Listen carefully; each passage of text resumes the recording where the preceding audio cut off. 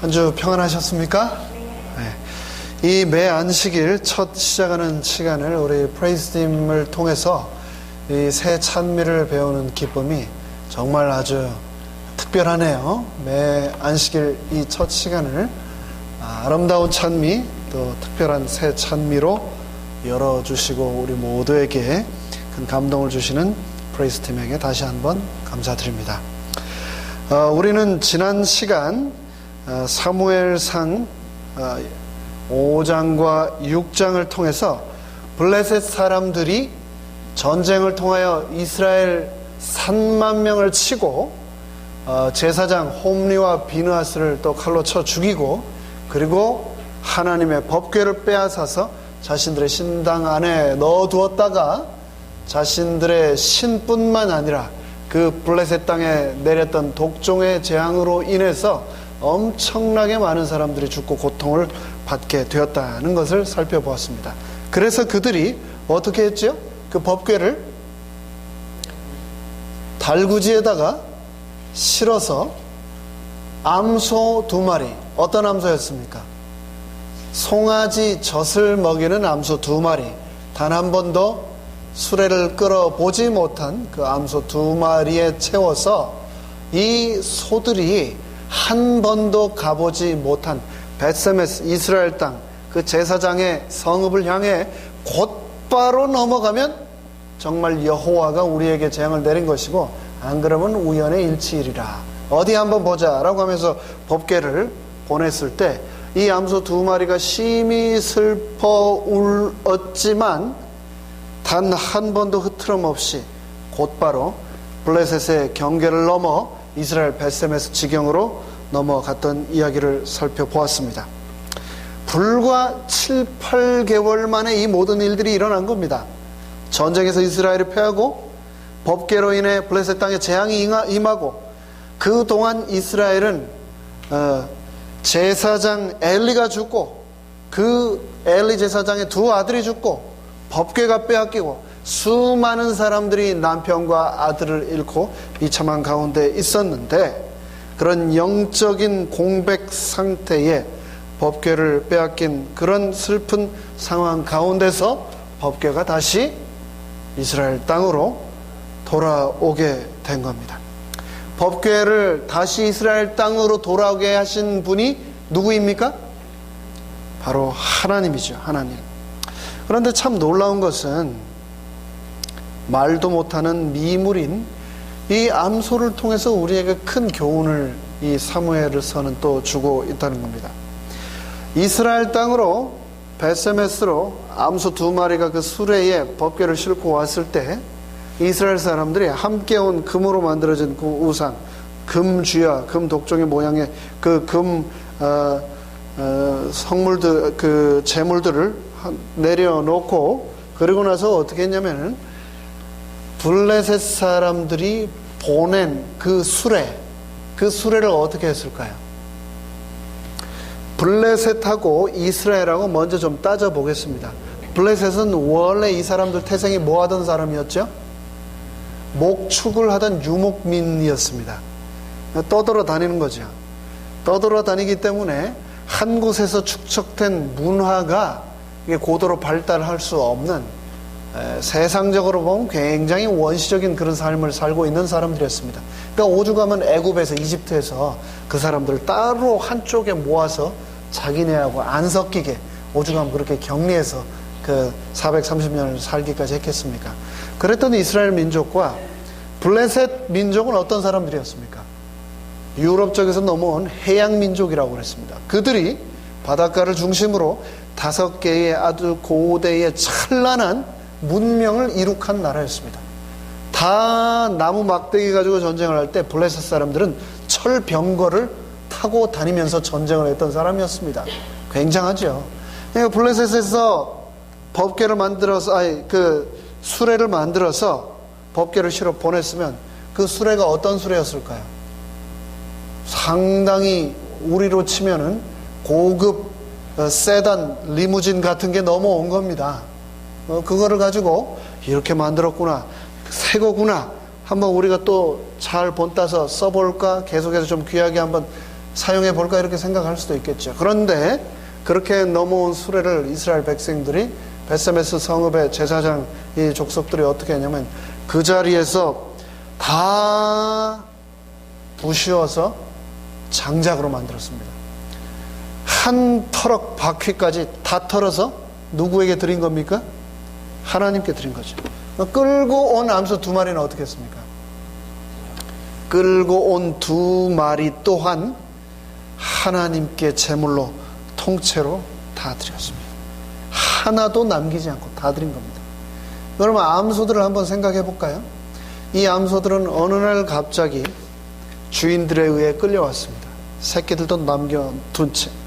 그리고 목적지도 모르는데 여호와의 영에 이끌려서 국경을 넘어갔습니다.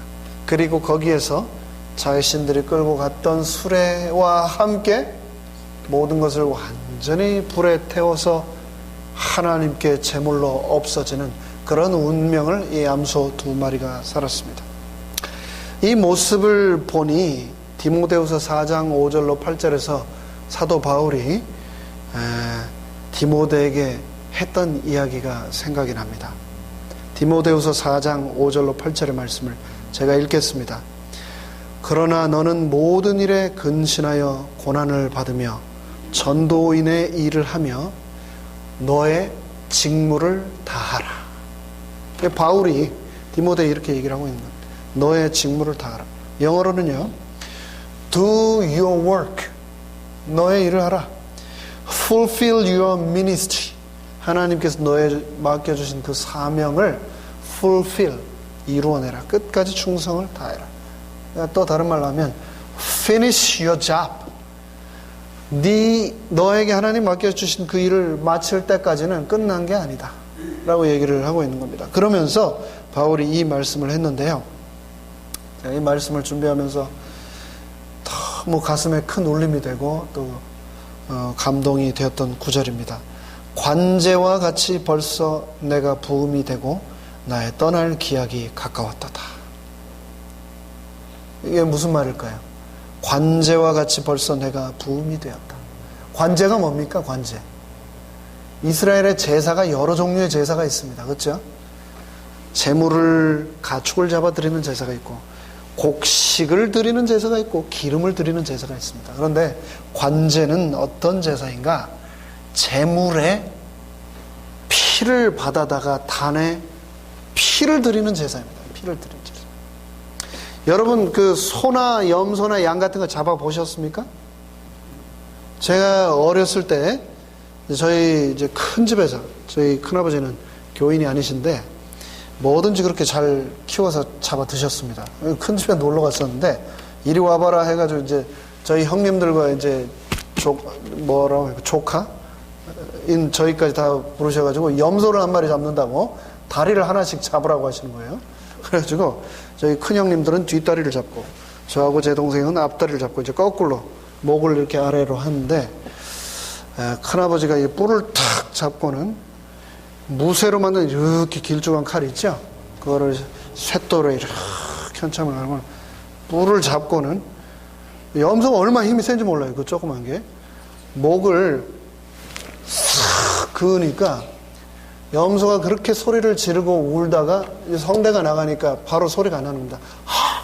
헉 소리가 나면서 피가 이제 콸콸콸콸 쏟아져나요. 그 피를 이제 세수도에다 받았죠. 그건 이제 완전히 힘이 다 빠져 죽을 때까지 피가 다 쏟아져 나온다고. 그렇게 받아가지고 제사장들이 그 고기를 단에 제물로 드렸을 뿐만 아니고 그 피까지 한 방울도 남김없이 하나님께 다 드리는 피의 제사, 그게 이제 관제입니다. 관제. 그런데 바울이 뭐라고 하냐면은, 나는 이 관제와 같이 벌써 내가 다 하나님의 전에, 하나님의 단에 내 마지막 남은 피 한 방울까지 나는 하나님께 관제와 같이 이미 다 부음이 되었다. 뭐 이것을 가지고 어떤 사람들은 사도 바울이 자신이 곧 순교할 것을 예언적으로 이렇게 말했다라고도 합니다. 어찌됐건 이 사도 바울은 자신의 생명이 다하는 순간까지 말 그대로, literally 말 그대로 자신의 피 한 방울까지 하나님의 제단에 온전히 다 다 제사로 부은 바 되었던 산 제물의 삶을 살았던 사람이었습니다. 그러면서 사도 바울이 관제와 같이 내가 벌써 다 부어진 바가 되고 나의 떠날 기약이 가까웠도다. 그러면서 이 말을 했죠. 내가 선한 싸움을 싸우고 나의 달려갈 길을 마치고 믿음을 지켰으니 이제후로는 나를 위하여 의의 면류관이 예비되었으므로 주 곧 의로우신 재판장이 그날에 내게 주실 것이니 라고 말을 하고 있습니다. 죽기까지 복종한 아름다운 한 종의 모습이 한낱 미물인 이 암소 2마리의 거울처럼 비춰지고 있는 장면이 바로 이 사무엘에 등장을 하고 있습니다. 그러면서 사도 바울은 우리에게 그리스도인이란 어떤 사람인가에 대해서 빌립보에서 2장 5절로 또 8절에 이렇게 말하고 있습니다. 너희 안에 이 마음을 품으라. 곧 그리스도 예수의 마음이니. 그리스도인으로 산다는 것은 그리스도의 마음을 품는 것이다 라고 하면서 그는 근본 하나님의 본체이시나 하나님과 동등됨 취할 것을 여기지 아니하시고 오히려 자기를 비어 종의 형태로 사람들과 같이 되었고 사람의 모양으로 나타나셨음에 자기를 낮추시고 죽기까지 어떻게 하셨다고요? 복종하셨다라고 말을 하고 있습니다. 여기에서 이제 그리스도인의 삶의 정의를 말해주고 있습니다. 그리스도인으로 산다는 것은 뭐라고 말하고 있습니까? 죽기까지 복종하는 것이다. 관제와 같이 부음이 되는 것이다. 마지막 남은 한 방울까지 드리는 것이다 라고 말을 하고 있는 것입니다. 그렇게 국경을 넘어온 2마리 암소와 수레는 하나님께 제물로 드려졌는데 그리고 나서 베세메스 성읍의 사람들이 어떤 죄를 지었습니까? 어떤 실수를 저질렀죠? 법궤를 결코 만져서는 안 된다, 열어서는 안 된다는 것을 그 누구보다도 잘 알고 있는 제사장 지파 사람들의 성읍에서 그들이 그 법궤를 만지고 열었을 때 하나님께서 그 자리에서 70인을 치셔서 그 자리에서 죽이셨다라고 했습니다. 그 이후 이 베세메스 사람들은 블레셋 사람들과 똑같이 자신들이 더 이상 법궤를 감당할 수 없다라 생각을 하고 바로 옆에 있는 기랏 여아림이라고 하는 헤브론 지파 사람들, 불악에 살고 있는 이 유다 사람들에게 도움을 요청합니다. 그러면서 그곳에 사자를 보내서 이 법궤를 가져가 주시오라고 요청을 해서 베세메스에 있던 법궤는 바로 기랏 여아림이라고 하는 곳으로 옮겨집니다. 지난 안식일 말씀드린 것처럼 그래서 그 기랏 여아림으로 가서 이 법궤가 몇십 년 동안 머물지요? 20년 동안 그 자리에서 머뭅니다. 하나님의 법궤가 거룩한 율법이 20년 동안 그곳에서 머물게 되는 거죠. 이 기랏 여아림으로 가게 된 이 제사장 성읍인 헤브론 성읍으로 가게 된 이 법궤가 그곳에 보내진 이후에 사무엘 선지자가 이스라엘을 향하여 선포를 합니다. 뭐라고 얘기를 하냐면 온 이스라엘아 미스바로 모이라. 뭐라고요? 온 이스라엘아 어디로 모이라고요? 미스바로 모이라. 여러분 미스바라고 하는 이 지명이 좀 익숙하십니까? 처음 들어보시지는 않죠? 미스바가요 한국의 호남 합회에서 전라남도 화순에 만들어 놓은 합회 야영장을 미스바 야영장이라고 이름을 붙였습니다. 그래서 저는 혼자 생각해 미스바 그래서 어렸을 때요 한국에 바시도 있나 왜 미스바 이러지 했는데 그게 이제 성경에 있는 미스바라고 하는 지명이었습니다. 이 미스바라고 하는 지명은 전에 제가 한번 말씀드릴 기회가 있었던 것 같은데요. 뜻은 무엇이냐면 망대라고 하는 뜻입니다. 망대가 뭡니까? 높이 올라가서 멀리까지 바라볼 수 있도록 만들어 놓은 진지 같은 곳이죠.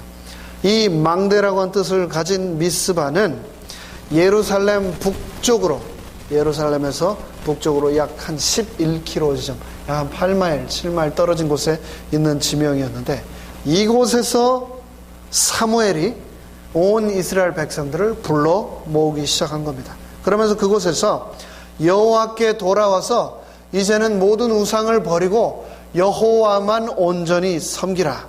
이제는 우상을 버리고 회개하고 하나님에 대한 그 갈증을 섬김으로 참된 부흥의 열매를 맺으라 라고 호소를 하고 있는 겁니다. 우리가 살아가면서요, 안락할 때는 하나님의 필요를 못 느낄 수도 있습니다. 모든 사람이 그런 건 아니지만 그럴 수도 있다고요. 너무 편안하면, 모든 게 다 공급이 되면, 어려움이 없으면 하나님의 필요를 못 느끼는 경우도 있습니다. 그런데 고통 가운데 있게 되면, 모든 사람이 그런 건 아니지만 많은 사람들이 그 고통에서 벗어나게 해달라고 하나님께 매달리는 경우가 또 있습니다. 고통 가운데 있을 때 하나님을 사모할 수 있게 되는 겁니다. 그래서 거꾸로 말하면 하나님이 우리에게 고통을 허락하시는 이유는 계속적으로 하나님을 사모하고 하나님께 매어 달리라고 주시는 반면 축복, 반전 축복이라는 것을 우리가 기억해야 되겠습니다. 이스라엘 백성들이 여호와 하나님께 대하여 갈증을 느꼈다라고 했습니다. 저희 세리토스 교회는 여호와 하나님께 대하여 얼마나 갈증을 느끼고 계십니까? 저희 교회는 다른 교회가 겪지 않았던 특별한 경험, 특별한 고통의 경험을 가지고 있는 교회입니다. 그런 경험과 역사를 왜 허락하셨을까? 그리고 나서 우리는 여전히 여호와 하나님 향하여 갈증을 느끼고 있는가? 열정인 갈급함을 가지고 있는가? 생각해 보아야 되겠습니다. 사무엘은 7장에서 뭐라고 얘기를 하고 있냐면, 너희가 전심으로 여호와께 돌아오려거든 미스바로 모여서 무엇하라고 얘기를 했냐면 라고 말을 하고 있습니다. 회개하라. 마음을 여호와께로 향하여 여호와 하나님만 섬기라. 그분만 섬기라 라고 얘기를 하고 있습니다. 그 말에 이스라엘 백성들이 순종을 했습니다. 기적이 일어난 겁니다. 기적. 이스라엘 백성들이 순종을 했다고요. 사무엘 선지자의 그 말에 순종을 했습니다. 모이라라고 하는 말에 모인 겁니다. 이스라엘 백성들이 모였어요. 집에서 그냥 회개 기도하면 되지 뭘 또 미스바까지 모이라고. 미스바 그 쉬운 길이 아니거든요. 그런데 그 선지자의 말에 순종을 하고 회개하라고 하는 명령에 복종을 한 겁니다. 기적이 일어난 거죠. 기적이. 그리고 모여서 너희를 위하여 여호와께 기도하라 라고 하는 그 말씀 그대로 이스라엘 백성들이 하나님께 회개하고 하나님을 체험하고 영적 부흥을 사모하고 그들의 마음이 뜨거워졌습니다. 여러분은 기도를 언제 하십니까? 그리고 또 어디서 하십니까? 그리고 또 어떻게 하십니까? 저희 많은 성도님들이 교회가 먼 분들이 계십니다. 그리고 가까이 사셔도, 바로 여 가까이 사셔도 뭐 트래픽이 굉장하지 않습니까? 그래서 오려면은 보통 일이 아닙니다. 이 막히는 시간 길을 뚫고, 어떨 땐 30분, 어떨 땐 2시간 길을 뚫고 굳이 집에서 편안하게 해도 되는 그 기도를 굳이 여호와의 전, 이 아버지의 집에 와서 해야 되는 이유는 뭘까요? 그리고 특히나 오늘 같은 이 금요일 밤 막히는 하이웨이를 뚫고 피곤하고 위험한데 왜 우리가 모여서 이렇게 함께 기도하고 여호와께 감사의 또 안식일에 이 단을 쌓아야 할까요? 왜 그럴까요? 모이는 곳에 누가 함께 하신다고 약속하셨기 때문에요? 여호와 하나님이 함께 하신다고 약속하셨지 않습니까? 두세 사람이 모인 그곳에 누가 함께 하신다고요? 하나님께서 함께 하시겠다고 말씀하셨거든요. 그 모인 곳에 하나님이 함께 하신다 약속하셨으니 이 자리에도 함께 하실 것입니다. 하나님께서 이 예배에 우리와 친히 함께 하신다는 겁니다. 이스라엘 백성들도 각자 기도할 수 있었지만 모일 때 힘을 얻을 수 있다는 것을 알 수 있었습니다. 한 사람 한 사람은 너무나 약하지만 함께 모여서 기도할 때 하나님의 임재하심을 느낄 뿐만 아니라 하나님의 강함을 체험할 수 있다는 것을 그들은 알았던 겁니다. 그걸 알았기 때문에 사무엘 선지자는 그들을 한 곳으로 불러 모았던 것입니다. 그래서 사무엘상 7장 6절에서 이렇게 말하고 있지요. 그들이 미스바에 모여 물을 길어 여호와 앞에 붓고 그날에 금식하고 거기서 가로되 우리가 여호와께 범죄하였나이다 하니라. 이스라엘 백성들이 미스바에 모여 금식하고 여호와 하나님께 뭐라고요? 범죄하였습니다 라고 고백을 하고 있는 겁니다. 이 내가 잘못했습니다, 용서해 주십시오 라고 하는 말은요, 어려서는 조금 하는데요, 점점 크면 클수록 안 해요. 그러다 나이가 들면 들수록 정말 하기가 어려운 게 I am sorry입니다. I am sorry. 제가 저번에 말씀을 한번 드렸는데 기억하시는지 모르겠습니다. 우리 자녀들이 제일 부모님께 제일 듣고 싶어 하는 말이 뭐라고요? 미안하다. 그 한마디 들으면 자식들이 막 마음속에 쌓여있던 모든 게 다 눈 녹듯 얼음깨시 다 깨지면서 주저앉는 데 되잖아요. 부모에 대한 감사로. 근데 그 말이 안 나오는 거예요. 근데 하나님 아버지한테도 똑같은 겁니다. 하나님은 그 말 한마디 듣고 싶으신 겁니다. 우리가 이렇게 고통받는 것을 결코 원치 않으시고 우리가 이렇게 세상에 시달리는 것 결코 원치 않으시는데 정말 우리는 마음이 어느 순간 세월과 함께 강팍해져서 하나님 우리가 범죄하였나이다 이런 이 고백이 안 나오는 겁니다. 고백은커녕 회개하라고 하는 설교가 단에서 나오면은 이 미국 교회들은 총을 쏜다고요. 시카고에 있는 한 교회, 제가 전에 말씀을 드렸는지 모르겠습니다. 시카고 외곽에 있는 한 교회, 주말에 있는 주일 학교에만 스쿨버스가 100대가 도는 큰 그 대형 교회 단상에 가면은 이렇게 방탄유리가 앞에 쳐져 있어요. 그 목사님 그 교회 부흥의 비결이 회개거든요. 회개 관한 설교를 매주일마다 하는데 듣던 사람이 일어나 총을 쏘았어요. 총을. 왜 나보고 자꾸 회개하라고 하냐고. 그러니까 이제 직원에 해가지고 방탄유리를 친 거죠. 회개하라는 기별은 그 누구도 좋아하지 않습니다. 위로의 메시지. 그래도 사랑하신다. 축복해 주실 거다. 이제 달콤한 이 복음에 스포일이 되는 겁니다. 그러나 하나님께서 정말 원하시는 것은 우리의 죄의 고백, 회개입니다. 회개가 필요 없는 사람이 있습니까? 하나님을 온전히 섬기지 못한 것, 그것도 우리가 회개해야죠. 하나님 앞에 우리의 마음을 온전히 내려놓지 못한 것, 하나님 앞에 불성실했던 그 모습을 고백하지 않고서는 결코 부흥도 있을 수 없고 내 삶이 변화되지도 않고 또 축복하실 수도 없는 겁니다. 그런데 기적이 일어난 겁니다. 사무엘 선지자가 모여서 회개하라고 했을 때 이스라엘 백성들이 모여서 회개를 했다고요. 금식하고 여호와께 우리가 범죄하였나이다 라고 고백을 한 겁니다. 그런데 그러한 순간을 마귀가 가만히 둘까요? 자기 뜻대로 열심히 우상 숭배를 하던 이 착한 이스라엘 백성들이 갑자기 사무엘 선지자의 말대로 미스바에 모여서 금식하고 여호와께 범죄하였나이라고 회개하자 그곳에 성령이 임하고 부흥의 불길이 임하려고 했습니다. 연약하고 블레셋에게 끊임없이 침략당하면서 고통 가운데만 있던 이 민족이 다시 리바이벌 하려고 하는 그 순간이었습니다. 그 순간을 사단이 가만히 놔둘까요? 안 놔둘까요? 놔두지 않지요.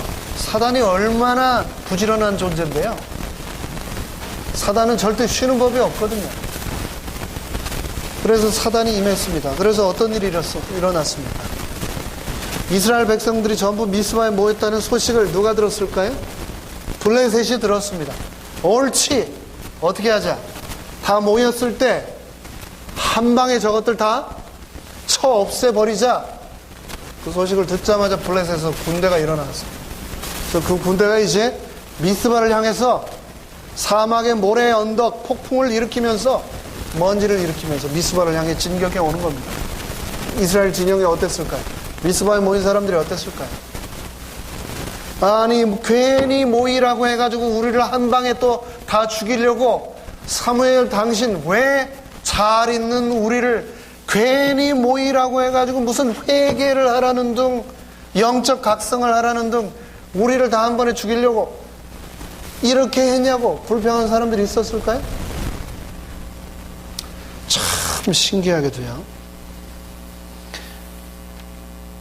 그 부흥의 순간 사단은 그 순간을 놓치지 않았고 블레셋을 이용하여 군대를 일으켜 그들을 한 번에 다 쳐서 죽이려 하였는데 그 위기가 기회가 되는 역사가 7장에 등장을 합니다. 전화위복이 되는 거죠. 7장 7절에서 이렇게 말합니다. 이스라엘 자손이 미스바에 모였다 함을 블레셋 사람이 듣고 그 방백들이 이스라엘을 치러 올라온지라. 근데 바로 그때 이들이 어떻게 하냐? 옛날에 모세를 향하여 원망했던 것처럼 지도자를 비난하고 서로 낭망적인 이야기만 나누면서 비관에 빠져 있던 것이 아니라 8절에서 그들은 이렇게 말합니다. 사무엘에게 이르되, 그들이 제일 먼저 그런 위험의 순간이 왔을 때 누구를 찾아갔습니까? 그들의 영적인 지도자 사무엘을 찾아간 겁니다. 사무엘을 찾아가서 뭐라고 얘기를 했냐면, 당신은 우리를 위하여 우리 하나님 여호와께 쉬지 말고 부르짖어 주소서라고 부탁을 하고 있습니다. 참 감동적이죠. 그렇죠? 우상 숭배에 빠져있던 이 이스라엘 백성들이 금식하고 여호와 하나님께 범죄하였나이다 라고 고백을 하자 마음속에 진정한 회개가 일었고, 회개를 통해 깨달음을 얻었던 이 이스라엘 백성들은 그 위기의 순간 자신들의 영적 지도자를 찾아가서 우리의 하나님께 쉬지 말고 우리를 위하여 부르짖어 기도하여 주시옵소서라고 부탁을 합니다. 우리를 블레셋 사람의 손에서 구원하여 주소서라고 중보기도를 요청을 하는 장면이 8절에 등장합니다. 그러자 9절에서 사무엘이 젖먹는 어린 양을 취하여 온전한 번제를 여호와께 드리고 이스라엘을 위하여 여호와께 부르짖음에, 그리고 나서 쉬지 않고 부르짖는 그 사무엘의 기도에 여호와께서 응답하셨더라 라고 얘기를 하고 있습니다. 어떻게 응답을 하셨는가? 이제 10절에 등장을 하는데요. 사무엘이 번제를 드릴 때에 블레셋 사람이 이스라엘과 싸우려고 가까이 오매 그날에 여호와께서 블레셋 사람에게 큰 우레를 발하여 그들을 어지럽게 하시니 그들이 이스라엘 앞에 패한지라. 블레셋의 철말 병거와 그들의 철제 무기들이 모래 폭풍과 함께 미스바를 향하여 진격해 왔지만 하나님께서는 그들에게 큰 우레를 발하셔서 그들을 어지럽게 하시고 그들 스스로 대패하도록 만드셨습니다. 하나님께서는 인간이 생각할 수 없는 이 기적적인 방법을 우리가 하나님께 매달리기만 한다면 늘 베풀어 주기 위해서 기다리고 계십니다. 여러분, 전 세계적으로 가장 용감한 군인들이 어느 나라 군인들인지 아십니까? 최고의 군인, 세계 최고의 군인, US 아미? 미군입니까? 뭐니 해도 대한민국 ROK 육군, 대한민국 육군 병장이 그 대장 위에 있는 병장이 최고입니까? 아니면 북한에 있는 북한군입니까? 인민군입니까? 뭐 기준에 따라 다 틀리겠죠. 그런데 참 신기하대요. 전 세계에서 가장 용맹한 군인 하면은 그 네팔 군인들을 손 꼽는 데입니다. 들어보셨는지 모르겠습니다. 히말라야 산 등반을 저는 등반은 안 했죠. 하지만 이렇게 봤습니다. 봤는데 네팔에서 전 세계 가장 높은 산 10개 중에 8개가 있는 곳이 네팔이라고 했죠. 그 높은 곳에 가만히 있어도 숨을 헐떡헐떡 숨을 제대로 못 쉬는데 거기에 돌을 30kg짜리를 등에다 치고 아침마다 그 산을 막 꼭대기를 오르락내리락 하는 젊은 청년들이 있는데 그 사람들이 바로 네팔 용병으로 훈련을 받는 청년들이랍니다. 영국에서 1년에 한 번씩 군인을 뽑으러 오는데 그 영국 왕실을 경호하는 그 군인을 뽑으러 오는데 네팔로 뽑으러 온답니다. 그래서 거기 군인이 되기 위해서 시험을 보기 위해서 몇만 명의 청년들이 훈련을 받으면서 대기를 하고 있는데 거기서 200명씩 뽑아간대요. 200명씩. 근데 그 사람들이 전 세계 최고의 군인이라는 겁니다. 그리고 뭐 거기에 딸려있는 정말 전설 같은 이야기들이 참 많습니다. 뭐 전쟁터에서 네팔군 한 명이 있었는데 중동 군인 30명의 목을 베었다. 1대 30으로. 그리고 또 어디하고 전쟁이 이제 붙게 되었는데 네팔군이 온대더라 하니까 그 상대국 군인들이 전부 다 도망쳐버려서 전쟁을 하지도 않고 이겼더라. 뭐 그리고 기차에서 강도 떼들이 덮쳐가지고 사람들 물건을 다 빼앗고 막 이 어린 여자애들을 막 폭행을 하려고 하는 순간 네팔 군인 한 명이 일어나서 칼 한 자루로 그 절에서 보셨죠? 그 인도 힌두 사원에서 그 칼 한 번 뽑으면 피를 묻히지 않기 전에는 안 꼽는다는 그 칼 한 자루로 30명의 목을 다 뱉다더라. 그래가지고 영국 여왕이 네팔 그 군인들에게 실제로 포상하고 훈장을 준 그런 기록들이 많이 있습니다.